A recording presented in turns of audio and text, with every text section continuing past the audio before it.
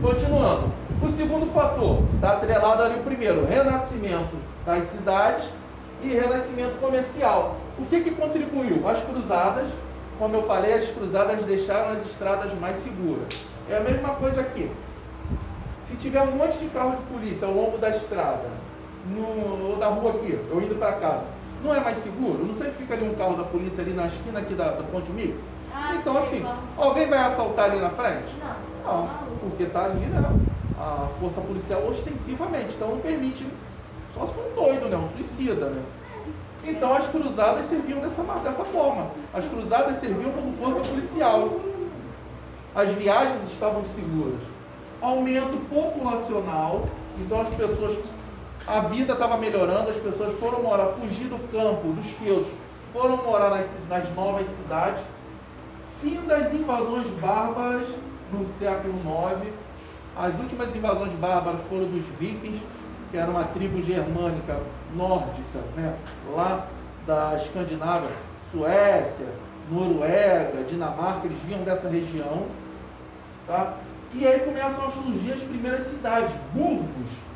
Já ouviu falar esse nome, burgo? Então, burgo quer dizer que essa palavra é uma palavra germânica, quer dizer cidade fortificada, ou cidade cercada por muros. Então, nós tínhamos o castelo, ó, o castelinho está aqui, e aqui em volta do castelo surgiam pequenas cidades, aproveitando o próprio muro do castelo e se cercando. Então são os primeiros burgos. Depois vão surgir burgos afastados das cidades, nessas rotas comerciais. E aí eles se cercavam, porque apesar de não ter invasão bárbara, mas poderia uma cidade querendo pegar a riqueza da outra. Então essas cidades elas são protegidas por muros, são chamados burgos. E lá dentro quem vive? Comerciantes, artesãos e banqueiros. Porque não existia uma moeda unificada. Se eu vou para o Rio Grande do Sul, eu vou usar qual moeda lá? O real. Se eu for lá para o Amazonas, qual moeda que eu vou usar? O real. Então, há uma moeda unificada dentro do Brasil. Mas se eu for para a Inglaterra, eu vou precisar de que moeda? Euro. Ou euro ou o dólar. Então, são as duas moedas mais universais. Então, eu vou lá numa casa de câmbio e troco. Então, nessa época aqui, na Baixa Idade Média, começa a surgir os banqueiros, porque cada burgo, cada feudo tinha a sua própria moeda. Então existia um cara lá que ele centralizava e ele fazia essa troca. Sabe por que o nome é banqueiro? Não é muito de banco não, banco vem depois. A primeira palavra é banqueiro e banco deriva de banqueiro. Então, por quê? Por causa da banca. Então esse cara que trocava as moedas, ele botava uma banca lá na feira. Oi? Existe até hoje? Não mais, né? Porque já pensou você ficar com uma banca com dinheiro, trocando dinheiro? O que vai acontecer com a sua banca? Vai ser roubado. Então, hoje existe casa de câmbio. Então é como um banco que vai lá na casa de câmbio e troca a sua nota do real pelo euro, pelo dólar, por aí vai. Então os caras abriam, botavam lá uma banca, eles tinham balança, que as moedas eram de ouro, as moedas eram de prata. E aí eles pesavam essa moeda e aí dava uma equivalente que circulava naquela feira, naquela região. Esses artesãos e esses comerciantes, eles vão se organizar para a proteção. Então vai surgir as corporações de ofício. O que é isso? Eles se reuniam para controlar a concorrência. Então, se eu sou um sapateiro, um artesão que faz sapatos, eu vou proibir que, por exemplo, o Matheus se torne um sapateiro. Porque ele vai fazer o que comigo? Concorrência. Então, para o Matheus se tornar um sapateiro, ele não pode ali abrir a banquinha dele. Ele tem que primeiro ser meu aprendiz. Aí ele vai trabalhar 10 anos sendo meu aprendiz. Depois desse período, ele vai se tornar um meio oficial. Então já é um cara um pouco abaixo do artesão. Ele já pode até ter a banquinha dele pequena. Aí depois de mais um tempo, mais 5 anos como meio oficial, ele se torna um profissional, ele se torna um artesão. Aí ele pode ir lá abrir a banca dele. Então essas corporações serviam para controlar a concorrência e também para controlar a qualidade. Se todo mundo começa a fazer sapato, tem um monte de sapateiro aqui, a qualidade é igual? Não, vai ter um melhor, vai ter um pior. Então se eu controlo o acesso a esse mercado de trabalho, eu também controlo a qualidade. Tá bom? E eles controlavam o preço, igual hoje em dia, posto de gasolina. Vocês vão ver que está tudo mais ou menos o mesmo preço. Tá tudo caro. Caro e tabelado. Então não tem concorrência. Eles controlam o mesmo preço. Então o que está pagando aqui na Areia Branca vai estar pagando ali perto do Guanabara, que vai estar pagando próximo lá do outro lado, perto do Pedro II, porque dentro de uma região eles controlam o preço. Aí quando você passa do túnel e vai ali para Barra para o Recreio, você já vê que já tem outros preços, mais caros, mas tudo mais ou menos igual, porque eles ficam ali, olha só, não vamos botar um preço muito barato, não vamos concorrer, não, vamos fazer um acordo. Se botar todo mundo o mesmo preço, a pessoa quando estiver passando abastece. Então eles fazem esse acordo. Então esses artesãos eles faziam isso, tá? Importante, as cidades cresciam de forma desordenada e sem higiene ou saneamento. Não tinha esgoto, não tinha coleta de lixo. Então vocês podem imaginar que era um movimento, a pessoa ia fazer as suas necessidades em balde, lá no balde, e aí pegava esse balde e jogava pela janela, na rua. Então se você estava passando assim, poderia levar, né, um balde com nada muito cheiroso. Acontecia de fato. Então você imagine o lixo. Acabei de comer, sobrou minha comida, abria a porta e jogava aquele lixo no meio da rua. As pessoas não tinham noção de higiene. Então a probabilidade de doenças era muito grande, de contaminação era muito grande. A proliferação de ratos era enorme, o que vai contribuir para a peste negra. Ah, foi daí que surgiu? E possibilitou o avanço. A peste negra ela ocorreu durante 2 anos, do ano de 1348 a 50. Isso, é igual a essa Covid aí. Em um ano só, olha quantas pessoas. Só no Brasil, oficialmente, foram 250 mil mortos. Oficialmente. Pode ter aquelas pessoas que morrem em casa e não vai fazer exame nenhum. Nós sendo vacinados 5 mil agora. Então, assim, essas cidades infestadas de rato, essas cidades sujas, sem saneamento, era um barril de pólvora. Só faltava um fósforo. E qual foi o fósforo? Navios vindo do Oriente. Aí quando a gente fala Oriente, as pessoas falam, veio da China. O Oriente é China, é Índia, é toda aquela região. Japão. Então navios vindo do Oriente com ratos. Navio é local de rato. Naquela época. Ainda hoje ainda é. No outro dia até estava o Big Brother ali, apareceu um rato, né? Eu estava vendo o pessoal na internet, achou um rato passando no cenário do Big Brother. Então no século XXI, para vocês terem ideia, existem mais ratos do que seres humanos. Então a gente fala que nós dominamos o planeta, mas quem domina o planeta são os ratos. Existem mais ratos do que seres humanos. Então, a pulga desse rato, a pulga quando picava o ser humano, na saliva da pulga, tinha a bactéria da chamada peste bubônica, que naquela época recebeu o nome de peste negra. Por quê? O corpo da pessoa ficava tomado por tumores na testa, no pescoço, principalmente aqui nas axilas, na virilha, do tamanho de laranjas. A pessoa, você tem um caroço do tamanho de uma laranja, ia ficando preto e começava a sair um monte de secreção. E aí a pessoa, quando tocava na outra, só encostar, você já se contaminava. Esse contato contaminava uma ou outra pessoa. Então o contágio foi muito grande, porque não é assim, as casas medievais não são como nossas casas, que nós temos quarto, sala, cozinha, banheiro, quarto do filho, quarto da outra filha. Não, as pessoas dormiam no mesmo cômodo, no centro tinha um caldeirão, uma fogueira, uma parada para fazer a comida, era só um grande cômodo da casa. Então quando uma pessoa ficava doente, a família toda ficava doente. E aí eles começaram a achar, lembra, quem dominava a mentalidade das pessoas? A igreja.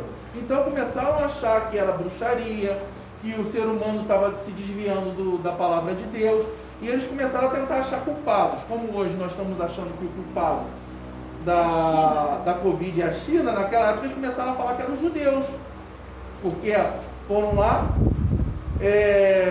negaram Jesus Cristo, porque quando Pilatos chegou lá para os judeus na Páscoa, tem o Jesus e tem o Barrabás. Escolheram quem? Barrabás. Então eles pensavam, os judeus que são os responsáveis por essa peste, porque os judeus também não ficavam muito doentes, sabia? Com a peste, a proporção de judeus contaminados era menor do que católicos. Por quê? que nós somos orientados a fazer com as mãos por causa da Covid? Lavar as mãos. Os judeus, eles tomavam banho constantemente, eles se lavavam. O que eu falei aqui, ó? Sem higiene. O europeu era sem higiene, a pessoa levava um ano para tomar banho, porque eles achavam que se tomasse banho, ia abrir os poros e as doenças iam entrar. Então eles ficavam um ano sem tomar banho. Já o judeu, por conta da religião, eles têm o hábito de tomar banho e principalmente o hábito de lavar as mãos antes da comida. Então, a probabilidade dele se contaminar com a peste era menor, só se ele fosse picado realmente pela pulga, não tem jeito. Mas a transmissão humano para humano, nos judeus era menor. Então eles começaram a achar que os judeus tinham pacto com o diabo, ou que os judeus eram responsáveis por causa do que eles preferiram Barrabás do que Jesus. E aí eles foram perseguidos. Aí existiam médicos que eles usavam umas máscaras com bico tipo de corvo, né? Então era assim. Por quê? Aqui nesse bico eles colocavam ervas aromáticas, flores. Porque minha irmã disse pra mim uma vez que eles botavam ervas nas máscaras para eles não sentirem o cheiro ruim que saía. Isso, mas assim, o objetivo deles não sentirem um cheiro ruim é que eles pensavam, eles não sabiam que era a pulga do rato que estava contaminando eles. Eles pensavam que o cheiro ruim, eu tenho contato com a pessoa doente fedendo, eles pensavam que aquele cheiro ruim que causava a doença. Até pouco tempo atrás, vocês vão ver uma coisa chamada revolta da vacina, e as pessoas achavam que os ares com cheiro desagradável era propício para contaminação. Então esses médicos usavam essas máscaras com esse bico e colocavam flores, ervas aromáticas, tá? Então veio do Oriente nos navios, matou 1/3 da população europeia. Foi muito sofrimento. Muito sofrimento. Aí começou a existir as pessoas que se autoflagelavam. Como a igreja era muito presente, então nobres, eles iam de cidade em cidade se flagelando. Então ficavam sem camisa, aí pegavam um chicote, andavam de cidade em cidade se chicoteando. Um chicote todo detonado, porque eles achavam que era um castigo. Então eles tinham que fazer alguma coisa para tentar melhorar. Tá bom? O quarto fator que contribuiu muito para a crise do feudalismo foi a Guerra dos 100 Anos. Foi uma guerra que durou, obviamente, vocês estão vendo ali, de 1337 a 1513, durou 116 anos. Então, mais ela entra para a história como Guerra dos 100 Anos. Entre França e Inglaterra. Foi durante essa guerra que o poder real se fortaleceu. O rei da França, como o rei da Inglaterra, eles ficaram mais fortes. Foi uma disputa. Cadê? Foi uma disputa por uma região comercial, a região de Flandres, lá no norte da França. Então o rei da Inglaterra, ele queria controlar parte da França. E aí eles vão lutar, em algum momento era a Inglaterra que estava vencendo, em outro momento era a França que estava vencendo. Vocês vão ver que ao mesmo período da peste negra, além da guerra, vem a peste negra. Quem vence essa guerra, está lá na página 212 do livro de vocês, foi a França. Então a França conseguiu manter a sua autonomia. É durante essa guerra que surge uma figura chamada Joana d'Arc, que é até a santa padroeira. Hoje ela é uma santa da Igreja Católica, mas ela foi queimada como bruxa, porque ela teve um sonho, e através desse sonho, as tropas francesas conseguiram derrotar os ingleses. Em determinado momento, os ingleses capturaram ela tinha apenas 16 anos, e aí por quê? 16 anos. Então ela foi acusada de bruxaria por causa desse sonho. E aí morreu na fogueira. Tá? E aí ela é a padroeira da França. E Não. por fim, Morreu não. acho que ser queimado vivo, acho que deve ser difícil, Ela né? era inglesa? Não, ela era francesa. Francesa. Joana d'Arc. Só fica cheirinho. E por fim, gente, começa a ocorrer peste negra, a guerra. O pessoal começou a ficar revoltado. Aí começa a ocorrer revoltas no campo, e as pessoas, porque as cidades, os burgos, estavam com melhores condições de vida do que no feudo. O cara, se ele fugiu do feudo, ele começa a trabalhar de aprendiz com sapateiro, ele tem uma possibilidade de melhorar a vida, ele vai ascender socialmente. Durante o feudalismo, quem nasce servo, morre servo. Então, ele fugindo para o burgo, para a cidade, ele vê a possibilidade de começar a ter dinheiro. É nesse momento, aqui nos burgos, cadê o burgo? Que vai começar a surgir uma nova categoria social, chamados burgueses. Já ouviram falar essa palavra, burguês? Sim. Então, burguês é associado para quem tem grana. Burguesinha é uma boa. Tem até uma música do seu Jorge. Burguesinha, burguesinha, burguesinha. Tem uma música. O que é o burguês? É uma pessoa que tem grana. Então, naquela época, o cara ele tinha grana, mas não tinha título de nobreza. Então, eles queriam mais participação política. Então, as pessoas começam a fugir para os burgos, abandonar o feudo. Tá? Então, começa uma série de revoltas. Olha, eu não quero pagar mais a talha. Eu não sou obrigado a pagar banalidades para você. Eu não sou obrigado a ter que trabalhar nas suas terras. Outra, quando o servo se casava, aí o servo se casava com 16 anos, a noiva dele com 13. Era assim, porque com 30 e pouco ele já está morrendo. E aí a primeira noite que eles iam namorar, tinha que ser do senhor feudal. Aí chegava o senhor feudal no cavalo. Ei, pode me dar tua noiva aqui, ela vai passar a noite comigo, vamos ali comer um cachorro quente. Não era isso, né? E aí, o cara ficava feliz com isso? Não, né? Quem vai ficar feliz com isso? Mas era direito dos senhores feudais.